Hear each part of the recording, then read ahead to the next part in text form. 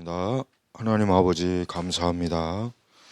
오늘 우리 화요 기독교 강요 또 강독회를 또 이 시간 또 시작할 수 있게 해주시니 감사합니다. 오늘 하루도 은혜 가운데 인도해 주시고 저희를 또 이 자리에 또 모이게 해주시니 감사합니다. 오늘도 또 기독교 강요를 차근차근 저희가 읽어 나가면서 또 배워 나가면서 또 귀중한 하나님의 진리를 잘 배울 수 있는 은혜를 주시옵소서.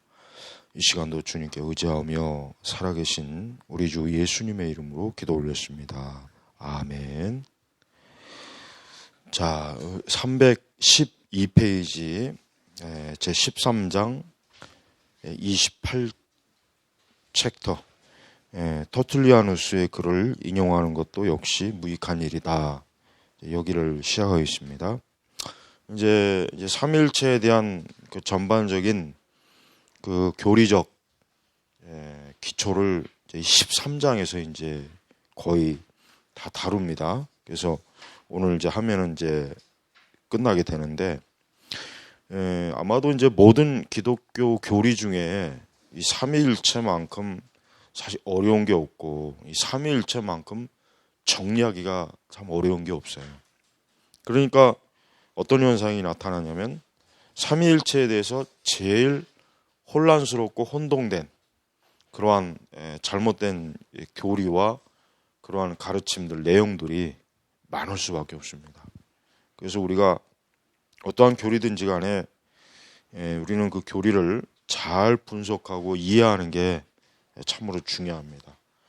그렇지 않으면은 그 교리가 뭐 올바른지 그른지도 모르고 그냥 그렇구나 하고 받아들이게 되면은 그건 큰 오류가 되겠죠. 그러니까 이 삼위일체도 역시 마찬가지예요. 그래서 삼위일체에 대해서 알고 싶어 하는 분들은 이 기독교 강요 제 13장 요 부분을 찬찬히 읽어보면은 칼빈이 이제 또 이걸 마무리하면서 무슨 얘기를 하냐면은 쓸데없는 공상을 하지 말아라.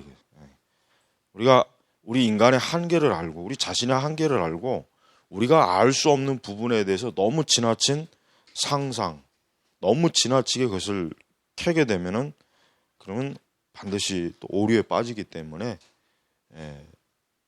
그러니까 우리는 항상 하나님의 진리에 대해서 어느 한계점을 가지고 우리가 그를 봐야지 하나님의 진리를 내가 완전히 다 파악하겠다라고 그런 자세로 갖고 있으면은 그건 사실 교만함이거든요. 교만.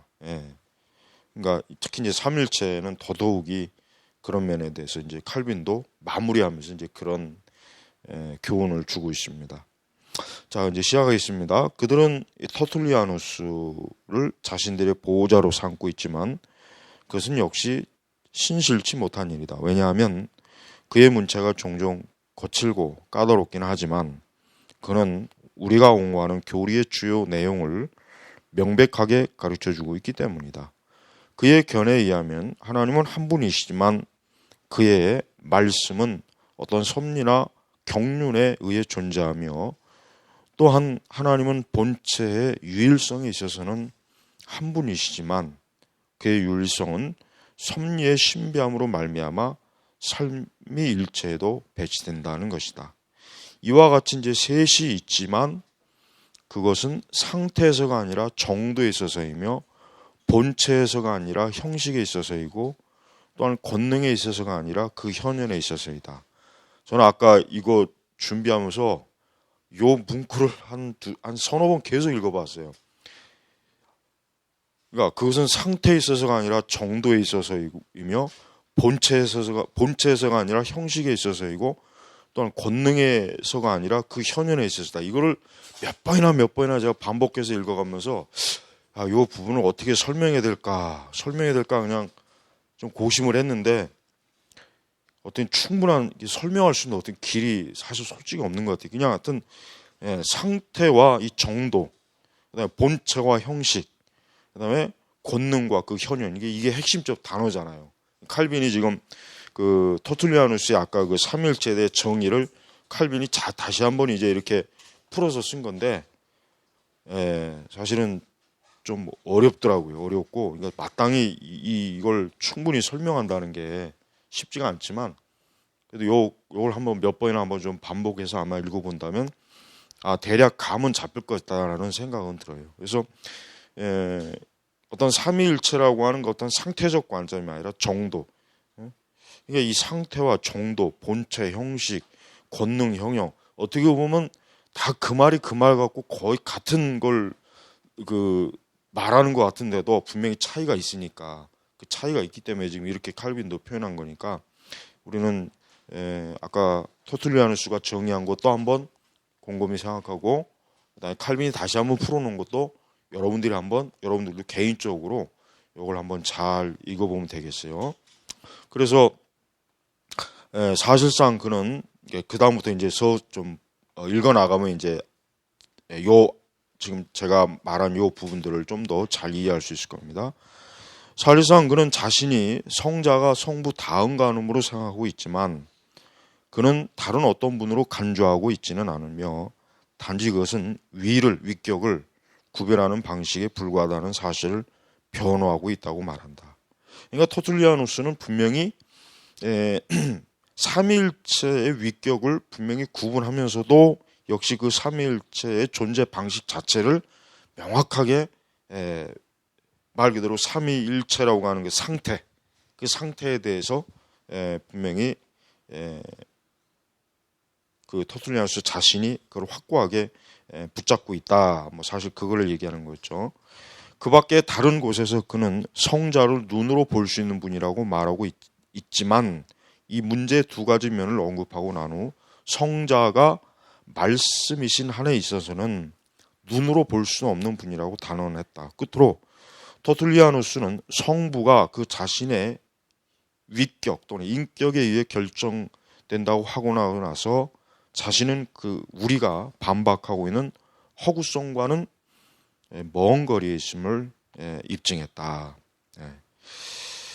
우리가 이 말씀이신, 엄밀히 얘기해서 성육신이 아니었다면 말씀을 눈으로는 볼 수 없어요. 그죠? 성육신이 아니었다면 인간이 말씀을 볼 수는 없었을 겁니다. 그러니까 하나님께서 이 하나님의 그 지혜의 참 은혜의 방식이 뭐냐면, 예수님을 사람이 볼 수 있는 사람의 형체로 입으시고 이 땅에 보내셨다는 거, 오셨다는 거. 이게 이제 하나님의 지혜죠. 이게 아주 하나님께서 정말 누구도 생각할 수 없는 하나님의 지혜란 말이에요. 그러니까 성자는 엄밀히 얘기해서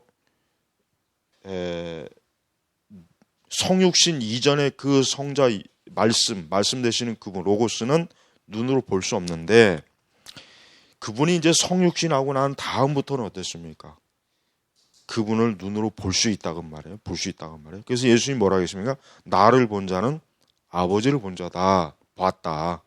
그러니까 예수님이 그 보았다라는 거는 추상적인 용어가 아니라 실제로 제자들이 그 예수님의 그 육체, 그 성육신의 모습을 봤기 때문에 사실 그 모습에 대해서 실체를 예수님도 인정을 한 거예요.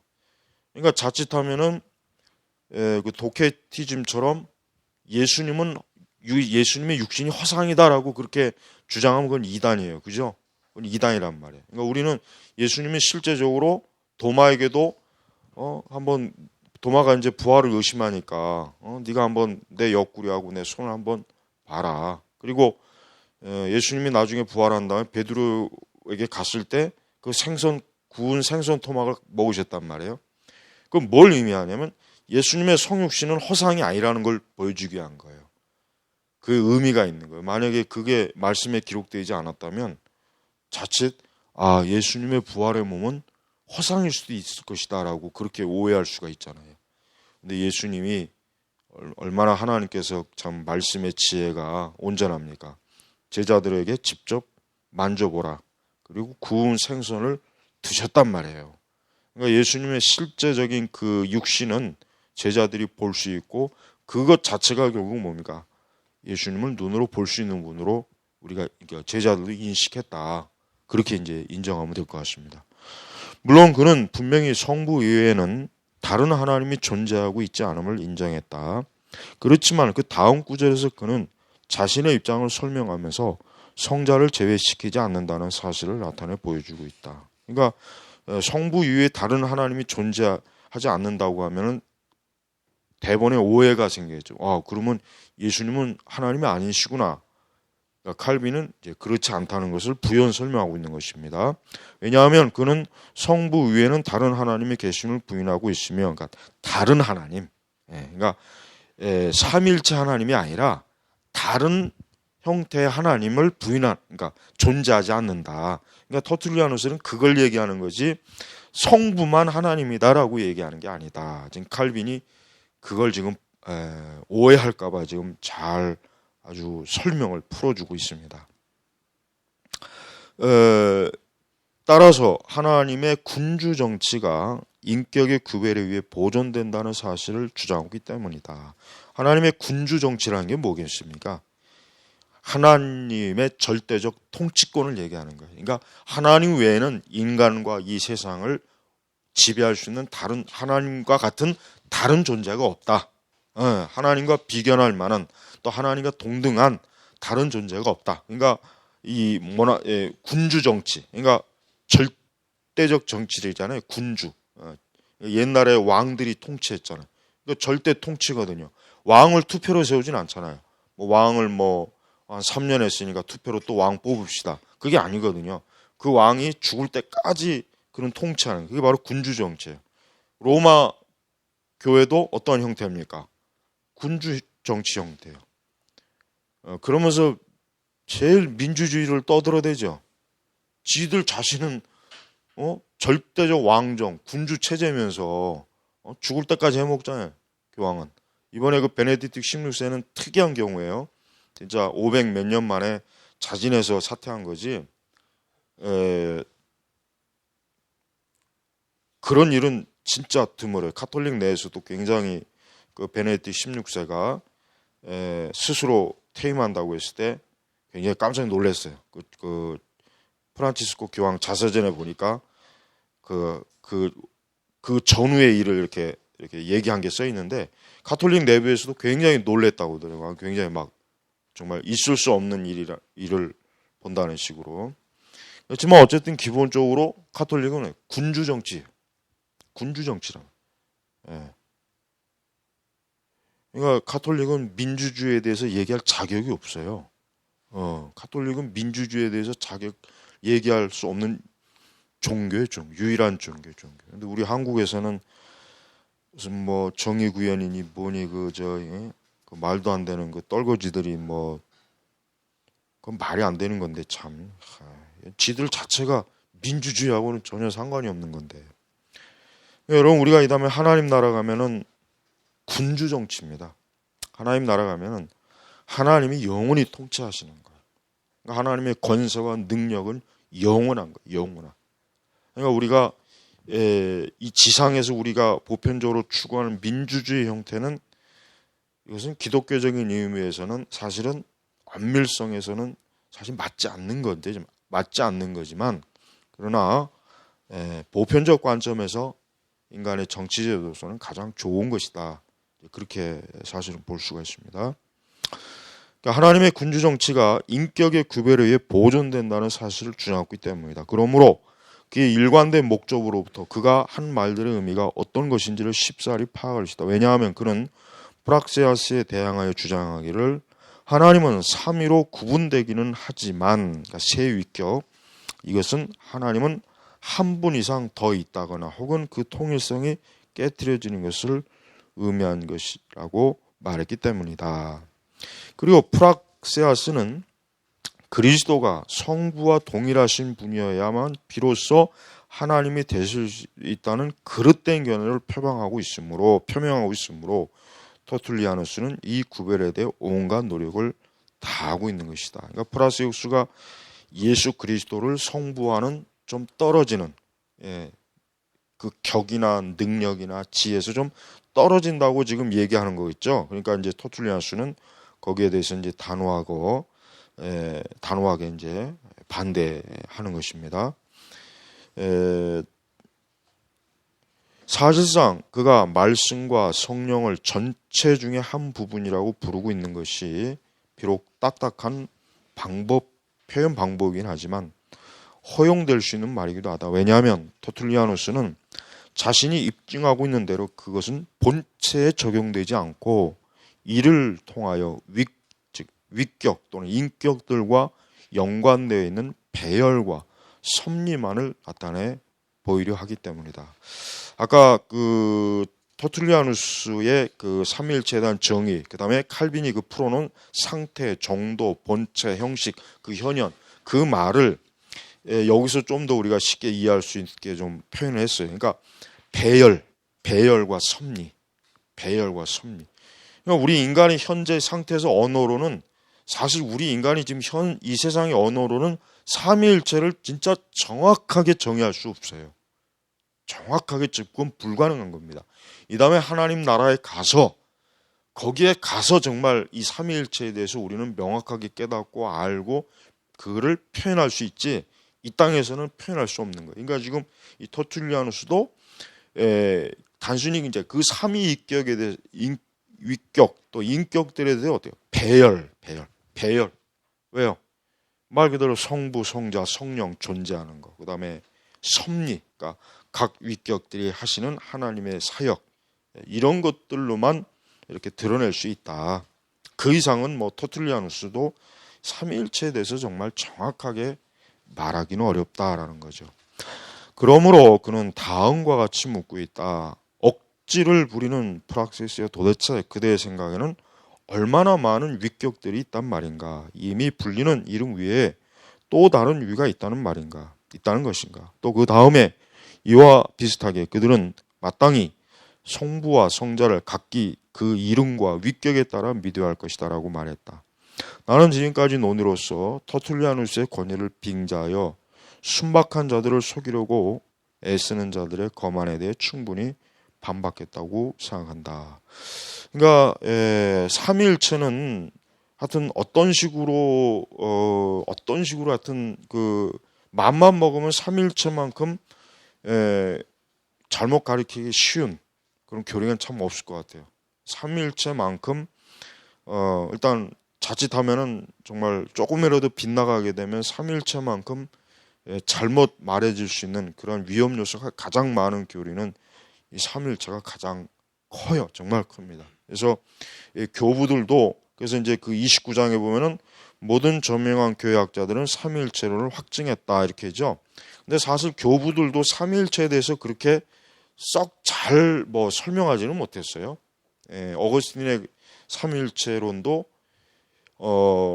그 책을 뭐 읽는 사람마다 그 책을 읽어서 삼위일체를 완전히 이해했다고 하는 사람은 없어요. 다만 하여튼 어거스틴 나름대로 최대한 삼위일체를 설명을 한 것에 대해서만 의의를 두지 교부들이라고 해서 삼위일체를 더 잘 표현했거나 더 잘 설명한 건 아니에요. 다만 이제 적어도 정통 교부들은 어때요? 삼위일체를 공통적으로 다 인정을 하고 그것을 지지했다. 그래서 29장에는 그 칼빈이 그래서 자기의 의견이 아니라 교부들의 그 권위를 가지고 지금 삼위일체론을 확증하는 그런 내용으로 이제 이 13장을 이제 마무리를 하는 거예요. 그러니까 그 이상 칼빈도 이 삼위일체를 다루질 않아요.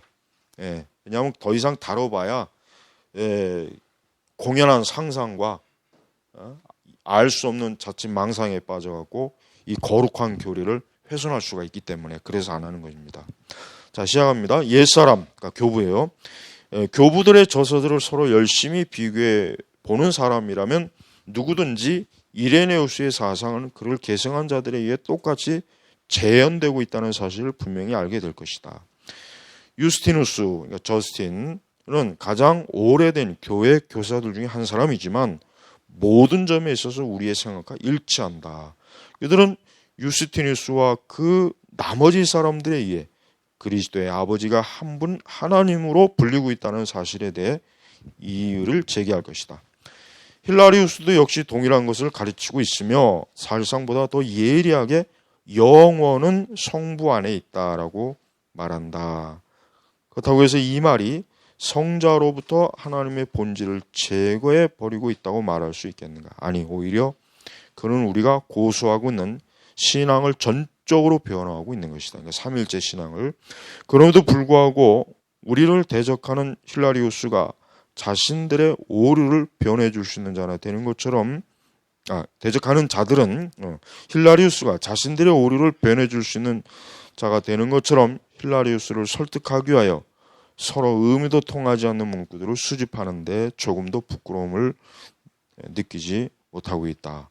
그러니까 이 교부 시대나 이 그 초대교회 그 전후로 해서 삼위일체에 대해서 이단자들이 어떤 방식으로 그 거짓 삼위일체론을 얘기하냐면, 그 당시에 속사도 교부나 교부들의 글을 여기저기서 막 따와가지고 자신들 마음대로 삼위일체에 대한 그릇된 말을 정통 교부들의 권위를 빌려서 막 이제 주장한 거예요. 그러니까 칼빈이 지금 그런 부분에 대해서 어때요?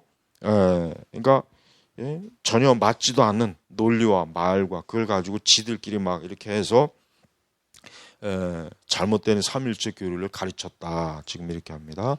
만일 그들이 이그나티우스를 인용하는 것에 권위를 두려고 한다면 무엇보다도 먼저 사도들이 사순절이나 그와 비슷한 오류들에 관한 법을 만들었다는 사실을 입증해야만 할 것이다. 아마도 이그나티우스의 이름을 빙 자의 수다를 떠는 일보다 더 야비한 행동은 어디에서든지 찾아보기 힘들 것이다. 더욱이 남을 속이기 위하 이러한 가면을 쓰고 위장하는 자들의 뻔뻔스러움에 대해서는 도저히 관용을 베풀 수가 없을 것이다. 사실상 옛 교부들이 의견상의 일치를 모았던 것은 니케아 종교회의에서 했는데, 이 회의에서 아리우스는 인정을 받는 어떤 저자의 권위에 근거해 감히 자신을 변명하려고 하지 않았으며, 또한 헬라나 라틴 교부들 중에 그 누구도 그들 이전에 살았던 선배들의 의견에 찬성하지 않는다고 굳이 자신의 입장을 변명하고 하지 않았다. 니케아 종교회의를 통해서 초대교회가 그러니까 니케아 종교회의는 우리 교회 역사 교리사적 입장에서 기독교, 그러니까 적어도 속사도, 그러니까 사도 시대 이후, 속사도 시대 이후, 그다음에 교부 시대를 한번 딱 정리를 한 게 이제 니케아 회의의 가장 중요한 의미입니다. 그래서 이 회의를 통해서 적어도 기독교의 아주 근본적인 교리를 한번 싹 정리를 하고, 그래서 이제 이후에 이제 기독교가 이런 종교 회의나 그런 교리적 논쟁이 있을 때 이 니케아 회의가 굉장히 어때요? 굉장히 중요한 발판 구실을 했죠. 자, 우리는 이러한 악한들이 가장 적대시했던 어거스틴이 얼마나 세밀하게 옛 사람들의 저서를 검토했으며 또한 얼마나 존경심을 가지고 그들을 포용했는가에 대해 새삼스럽게 언급할 필요가 없는 줄로 안다. 그는 자신과 의견을 달리하는 점에 있을 때는 그 세부적인 사항에 이르기까지 언제나 그 이유를 상세히 설명했다. 이러한 논중에 있어서도 다른 저자들 가운데 어떤 애매하고 불분명한 점이 발견될 때는 이를 감추어두려고 하지 않았다. 그럼에도 불구하고 그는 이 사람들이 공격하고 있는 교회가 옛부터 아무런 논쟁 없이 받아들여 왔다는 사실을 인정했다. 그가 그 이전 사람들이 가르쳤던 바에 대해 전혀 모르고 있지 않았다는 사실이 다음의 한마디 말에 분명히 나타난다. 즉 그는 그리스도의 교리 1권에서 말하길 성부 안에는 통일성이 있다라고 말한 것이다. 자, 여기서 이제 통일성은 뭘 얘기하겠습니까? 성부, 성자, 성령, 하나님 삼위일체에 대한 통일성을 말하는 거예요. 그러니까 성부 안에는 통일성이 있다, 이런 얘기는 뭡니까? 결국 삼위일체 하나님 간에는 어때요? 서로 불일체하는 게 없다 이거죠. 성자와 성령, 성부 모두가 다 결국 뭐예요? 통일된, 일관된 그러한 하나님의 진리를 드러내신 그런 하나님이시다라고 이제 얘기합니다. 그렇다면 그들은 그 당시에 그가 자신을 망각하고 있었다는 말을 함부로 떠들어댈 수 있는 것인가? 그는 다른 곳에서 이러한 비난에 대해 자신의 입장을 명백히 밝히고 있는데, 즉 그는 성부가 그 누구로부터 나온 분이 아니기 때문에 그를 모든 신성의 시작이라고 부르고 있는 것이다. 이건 성부뿐만 아니라 성자, 성령 다 마찬가지예요. 물론 성령은 이제 서방 교회가 이제 주장하는 게 이제 그거죠. 동방 교회 다른 게 이제 성령이 성부와 성령에 의해서 성령이 발출했다. 이게 이제 서방 교회 대표적인 삼일체 교리잖아요. 그러니까 이게 이제 동방 교회에서는 이걸 인정할 수 없다 해가지고 이제 그 문제를 가지고 이제 결국 동방과 서방이 나눠졌지만 우리가 이제 그것도 조심해야 될 필요가 있어요. 그러니까 성령님이 성부와 성자에게서 발출했다 해가지고 우리가 그러면 성령님은 영원 전부터 없었던 분이냐 그렇게 이해하면은 아주 큰일입니다. 절대 라틴 교부들이나 서구 그러니까 우리 서방 기독교는 그렇게 관점으로 그 발출설을 이해한 게 아니에요. 그게 아닙니다. 다만 분명히 예수 그리스도께서 이제 그분이 승천하시는 그 이후에 이제 성령을 보내시겠다고 했단 말이에요. 보내시겠다. 그러니까 사실은 거기에 굉장히 많이 초점을 두고 있어요. 사실은. 자, 그러니까 신성의 시작이라고 했을 때 사실 성부든 성자든 성령이든 그 시작이라고 하는 것 자체는 뭡니까? 영원 전부터라고 하는 걸 우리가 이해하면 좋겠습니다. 또한 그는 현명하게 하나님이라는 명칭이 특히 성부에게만 해당된다고 생각하는데 이는 만일 그 시작이 그에게서 비롯되지 않는다면 하나님의 단순한 유일성이 파악될 수 없기 때문이다. 그렇죠. 하나님의 단순한 유일성, 즉 하나님 외에 다른 하나님이 존재하지 않는다는 것을 표현하기 위해서 그래서 이제 성부라고 하는 이 명칭, 그러니까 하나님이라는 명칭이 특히 성부에게만 해당된다 하는 이유가 이제 그 단일성, 유일성 때문에 그렇다라고 하는 것입니다. 이제 나는 경건한 독자들이 이상의 논의를 통하여 사단이 지금까지 온갖 괴계를 다 사용하면서 교리에 대한 순수한 신앙을 왜곡하거나 애매모호하게 만들려고 해서 모든 시도가 완전히 분쇄되어 버렸다는 사실을 알 수 있게 되길 바란다. 끝으로 나는 내 독자들이 지루하고 복잡한 논쟁에 필요 이상으로 휘말려 들지 않기 위해 스스로 자신들의 호기심을 억제하기만 한다면 이 교리의 전체 요점이 신실하게 설명되었다고 믿고 싶다. 그렇습니다. 그러니까 우리는 이 삼위일체 교리에 대해서 어떤 복잡한 논증을 한다고 해서 삼위일체 교리가 이게 이해되는 게 아니죠. 절대 그렇지 않습니다. 그러니까 칼빈도 그런 얘기를 그래서 이제 하는 거예요. 왜냐하면 나는 제멋대로 사색하기를 즐기는 자들은 결코 만족을 얻지 못할 것이라고 생각하기 때문이다. 그렇지만 분명히 나는 나에게 반대되는 것이라고 생각하는 것을 비겁하게 생각해버리지는 않는다. 그러나 나는 교회의 건덕을 생각한 나머지 거의 유익을 주지 못하거나 독자들에게 불필요한 부담을 주게 될 여러 가지 일들에 대해서는 전혀 손을 대지 않는 편이 좋겠다고 생각했다. 성부께서는 언제나 성자를 낳으시는지 혹은 낳지 않으시는지 논쟁하는 것이 도대체 무슨 유익이 있단 말인가. 이 출산의 지속적인 행위를 상상하는 건 실로 어리석은 일이 아닐 수 없다. 왜냐하면 삼위는 분명히 영원부터 하나님 안에 존재하시기 때문이다. 그러니까 이 영원부터 하나님 안에 존재한다라고 했을 때 그러면 성자는 어느 그 영원이라고 하는 그 시기에서 언제 성자께서 나셨는지 성령은 또 언제 나셨는지 그러니까 그 부분을 제 아무리 그걸 생각하고 그걸 논쟁을 한다고 해서 그게 무슨 유익이 있겠냐. 그런 불필요하고 그런 전혀 유익이 되지 못할 그런 논쟁이나 토론은 이제 하지 말고 상상력 발휘해서 교리를 만들지 말고 이제 이 정도 해서 이제 삼위일체를 이해하는 게 좋을 것이다. 이제 칼빈은 이것으로 이제 13장 이 삼위에 대해서 이제 사실은 가리고 있고 있어요. 그래서 13장이 굉장히 좀 장이 좀 길었죠. 굉장히 좀 길고 진짜 말 그대로 굉장히 좀 지루한 면이 있는데 하지만 삼위일체에 대해서 기본적으로 공부할 사람들은 이 13장을 꼭 읽고 그러고 난 다음에 이제 그 이후에 이제 삼위일체에 대해서 좀 더 공부하고 싶다면은 어거스틴의 삼위일체론 그다음에 또 현대 신학자들의 삼위일체론은 전혀 읽을 필요도 없어요. 사실은 전혀 도움도 안 되고 현대 신학자들이 이해하는 삼위일체는 거의 이단이에요. 다 거의 이단이지 전혀 유익이 안 돼요. 유익이. 예. 자, 이제 제 14장으로 들어갑니다. 제 14장에는 전체적인 주제가 뭡니까? 여기 나와 있죠. 성경은 우주와 만물 창조에 있어서도 분명한 표지들에 의해 한 하나님과 거짓 신들을 구별하고 있다. 자, 이제 이 14장에 들어가면은 하나님께서 일반 계시적 관점, 또 피조 세계에 있어서도 하나님은 어때요? 하나님으로서 하나님이 드러내시고, 역시 거짓 신들은 거짓 신으로서 드러낸다라는 그 전체 그 내용의 핵심이 이제 바로 이제 이겁니다. 그래서 14장은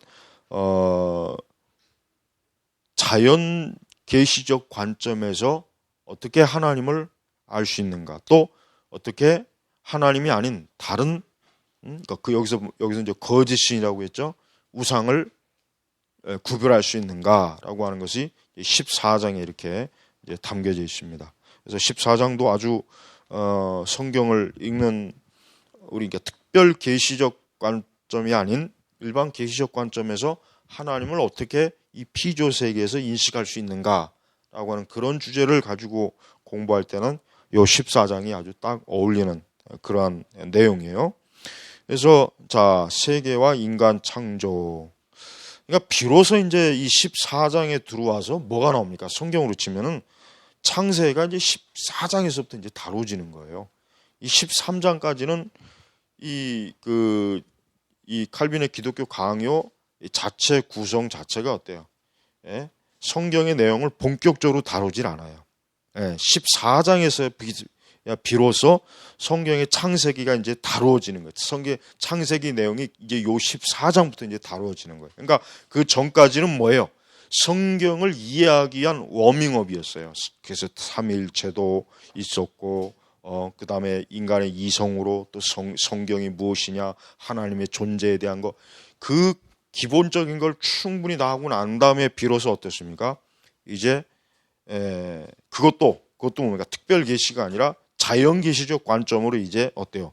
하나님의 존재에 대해서 이제 파악해가는 그렇게 들어가죠. 그러니까 칼빈은 굉장히 치밀해요. 아주 칼빈은 그냥 아무렇게나 뭐 이렇게 글을 배열하는 게 아니라 사람이 하나님을 아는 지식을 아주 기초부터 하나하나 쌓고 하나님을 아는 지식을 쌓아서 온전하게 이해하고 알 수 있도록 이 기독교 강요의 내용을 전반적으로 그렇게 구성을 했어요. 그래서 기독교 강요를 잘 읽고 이해하면은 참으로 진짜 우리는 이 성경을 아주 온전하게 이해할 수 있고 우리 기독교 신앙에 아주 참 든든한 기본 바탕을 깔고 있기 때문에 어떠한 이단이나 뭐 어떠한 그 뭐 말 같지 않은 그 거짓 신학이나 거짓 교리에 절대로 좀 넘어가지 않을 수가 있어요.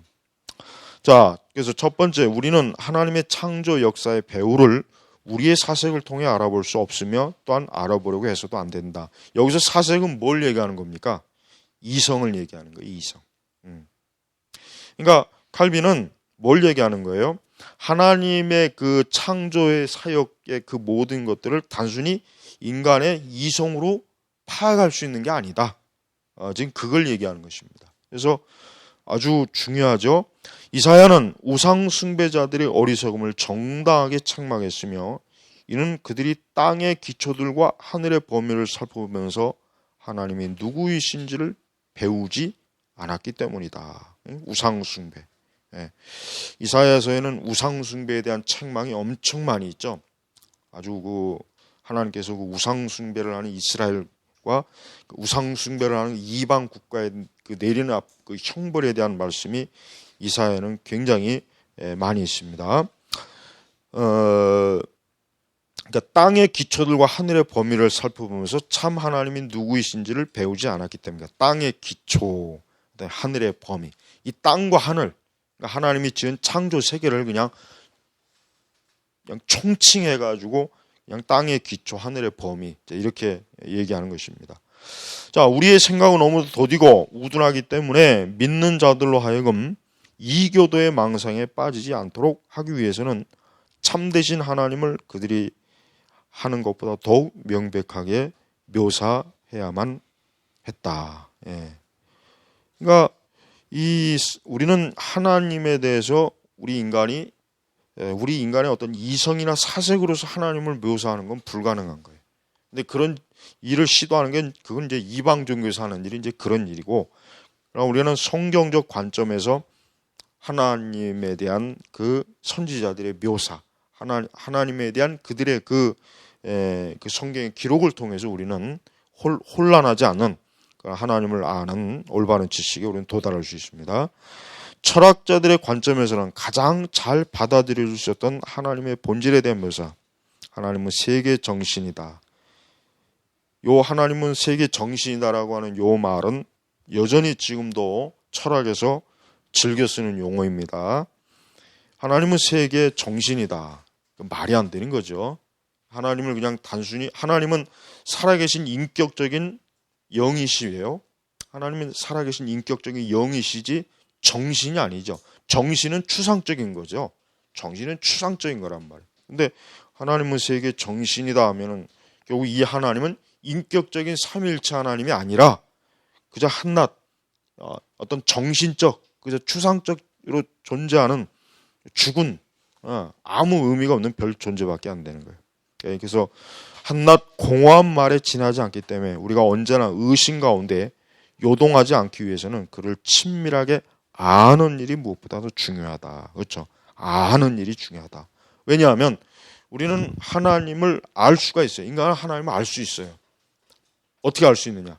하나님의 계시의 말씀으로 알 수 있단 말이에요. 그러니까 우리 사람은 그러니까 누구에게나 우리는 하나님을 알 수 있다라고 그렇게 아주 자신 있게 얘기할 수 있어야 돼요. 왜냐? 계시의 말씀이 있으니까. 하나님을 알 수가 있는 거예요. 만약에 계시의 말씀이 없다면 우리가 하나님을 안다는 건 사실 부족해요. 일반 계시적 관점에서만 겨우 하나님을 조금 알 수 있겠지만 일반 계시적 관점으로는 하나님을 알아야 될 만큼 충분히 알 수가 없죠. 근데 이제 칼발트나 그 신정통주의자들의 문제는 뭡니까? 그런 하나님에 대한 그 존재 자체에서 일반 계시적 관점에서 하나님에 대해서 알 수 있는 것에 대해서 그들은 또 부정을 하잖아요. 또 근데 그것도 역시 문제가 있죠. 그러니까 우리는 일반 계시와 특별 계시 둘 다 우리는 받아들여야지 일반 계시를 또 부정하면 안 되는 겁니다. 그러므로 하나님께서 창조의 역사를 우리에게 알려주신 것은 이 역사에 기초를 둔 교회 신앙으로 하여금 모세가 우주의 창조주와 기초자로 표현한 바로 그 하나님 외에 다른 신을 찾지 않도록 하기 위함이다. 그렇죠? 그러니까 모세오경 중에 특별히 창세기는 여기 나와 있지만은 우주의 창조주와 기초자, 우주의 창조주의 기초자, 이분이 누구냐 그러면 바로 삼위일체 하나님이시다. 그렇게 대답을 하면 되겠죠. 이 창조 역사에서 맨 처음으로 표시된 것은 시간이었는데 이는 믿는 자들로 하여금 끊임없이 시간 맞죠? 뭡니까? 성경에 태초에 하나님이 천지를 창조하시는 그 태초 시간이잖아요. 시간. 그래서 여기서 맨 처음 표시된 것은 시간이었는데 이는 믿는 자들로 하여금 끊임없이 이어지는 횟수들의 연속을 통하여 인류와 만물의 근원으로 거슬러 올라갈 수 있도록 하기 위함이었다. 이 지식은 특별히 쓸모가 있다. 즉 이 지식은 이전에 애굽이나 그 밖에 다른 지역들에서 성행한 기이한 우화, 전설, 신화 이런 것들 우화들을 물리쳐버릴 뿐만 아니라 세계의 시작이 알려짐으로써 하나의 영원성을 더욱 밝혀주고 우리로 하여금 그것에 대해 감탄을 발할 수 있도록 해주는 것이다. 그러니까 이 세상에 신화가 많죠. 신화가 많아요. 지역 고대 신화, 특히 이제 고대 지역의 신화가 많죠. 그런 신화들을 보면 전부 뭐가 있냐면 이 세상의 창조에 관한 신화가 다 있어요. 다 있단 말이에요. 이 세상이 처음에 어떻게 창조되었느냐라고 하는 거, 그리스 신화에도 있고 북유럽 신화에도 있고, 로마의 신화에도 있고, 애굽의 신화에는 풍성하고, 저 남미의 이런 그들에게도 역시 신화가 많단 말이에요. 전부 다 보면은 태초의 신화, 그러니까 태초 세상이 처음에 어떻게 만들어졌느냐라고 하는 그 신화가 있지만 그런 하나같이 보면은 조잡스럽다. 정말 조잡스럽고 말 그대로 진짜 하나의 전설이구나. 그러나 성경에 우리가 창세기 기록을 보면 어떻습니까? 성경은 정확하게 시간과 날이 나와요. 그게 참 중요한 거예요. 그 다음에 그냥 막연히 뭐 세상을 창조했다가 아니라 순서적으로 하나님의 창조 사건이 그대로 기록되어 나옵니다.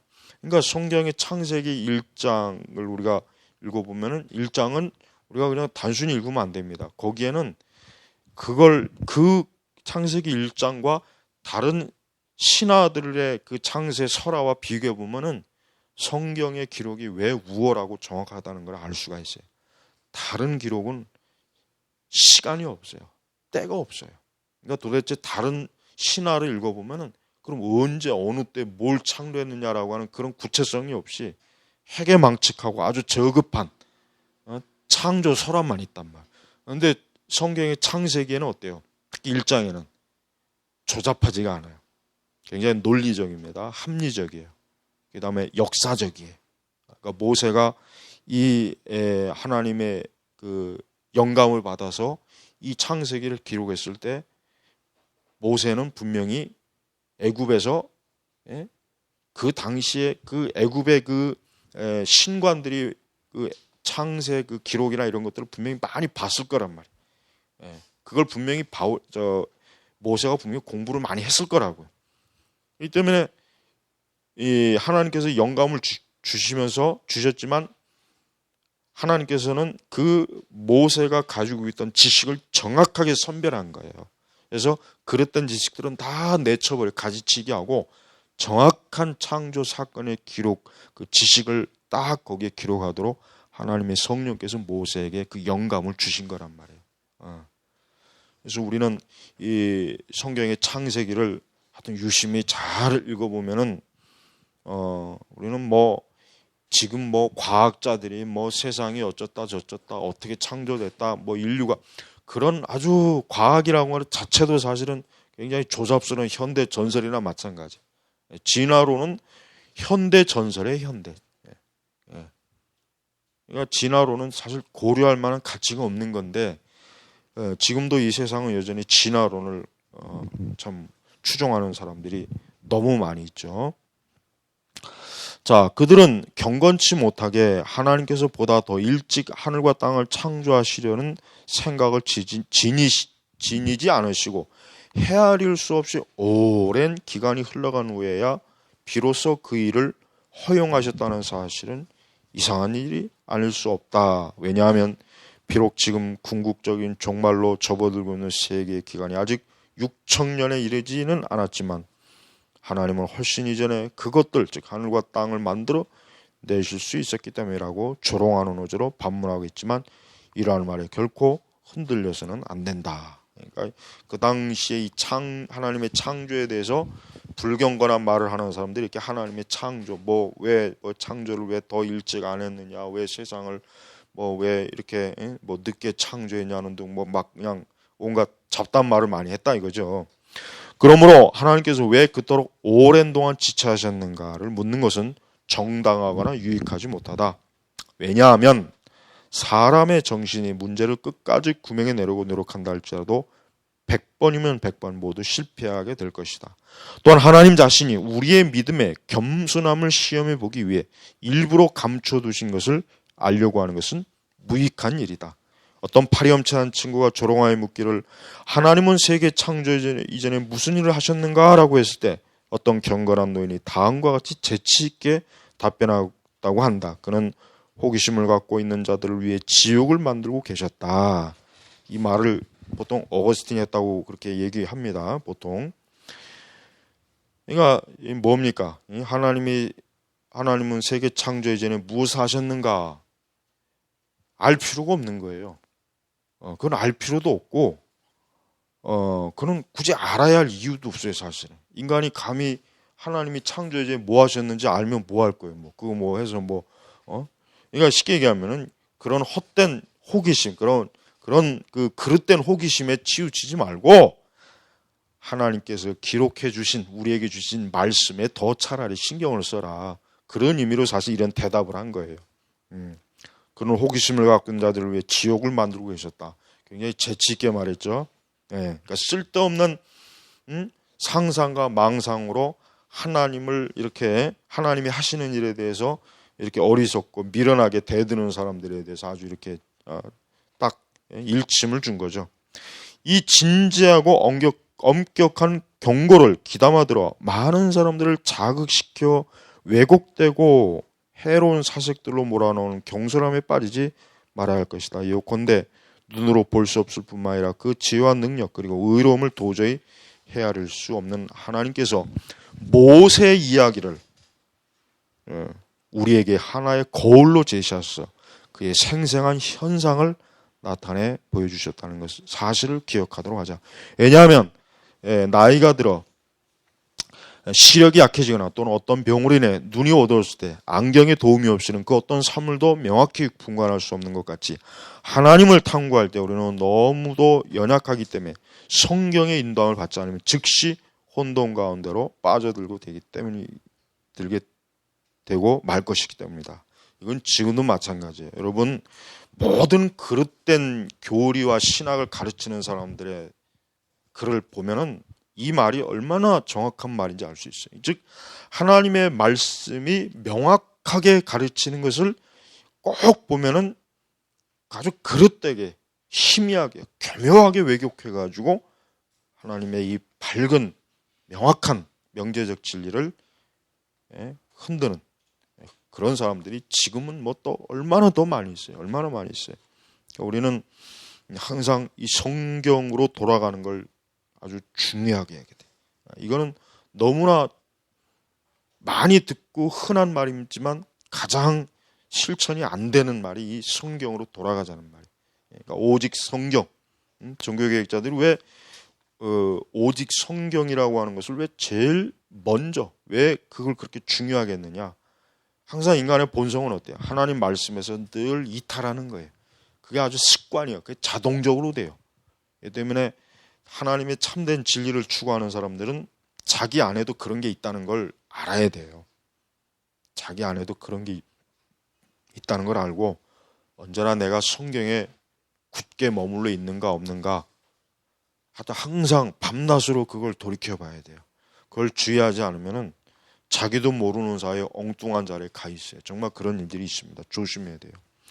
사실상 제멋대로 방탕한 생활을 하고 있으면서도 경고하는 말에 귀를 기울이려고 하지 않는 자들은 무서운 파멸을 당하고 나서야 비로소 온 세상의 온갖 욕설들을 토해내어 하늘을 어둡게 만드는 것보다는 오히려 하나님의 은밀한 목적들을 경외하는 마음으로 받아들이는 것이 훨씬 더 낫다는 사실을 절실히 깨닫게 될 것이다.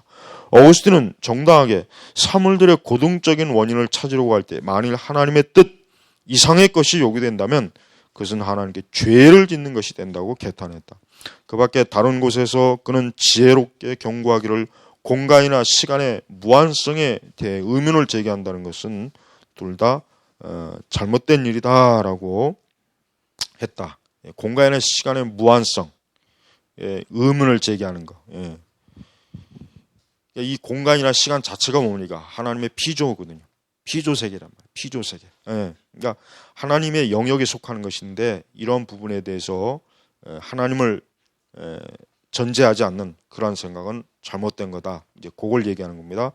하늘의 주위가 아무리 넓다고 해도 그것은 어느 정도의 한계를 지니고 있다. 지금 과학자들 중에 우주 과학에서 가장 여전히 논쟁이 많은 게 과연 우주가 얼마나 넓겠냐, 우주가 한계가 있겠냐 없겠냐 그거죠. 뭐 있다, 뭐 없다 말 과학자들 얘기하지만 성경적으로 봤을 때는 있다라고 얘기하죠. 왜 그렇습니까? 우주는 당연히 한계가 있죠. 왜? 우주 자체가 피조물이잖아요. 그게 다 하나님의 만드신 피조물이니까 무한할 수는 없죠. 영원할 수는 없죠. 한계가 있어요. 다만 인간은 그 하나님께서 창조하신 우주를 과연 그거를 그 넓이와 깊이를 알 만큼 그만한 우리 인간의 그만한 능력이 우리에게 있겠냐, 이게 문제죠.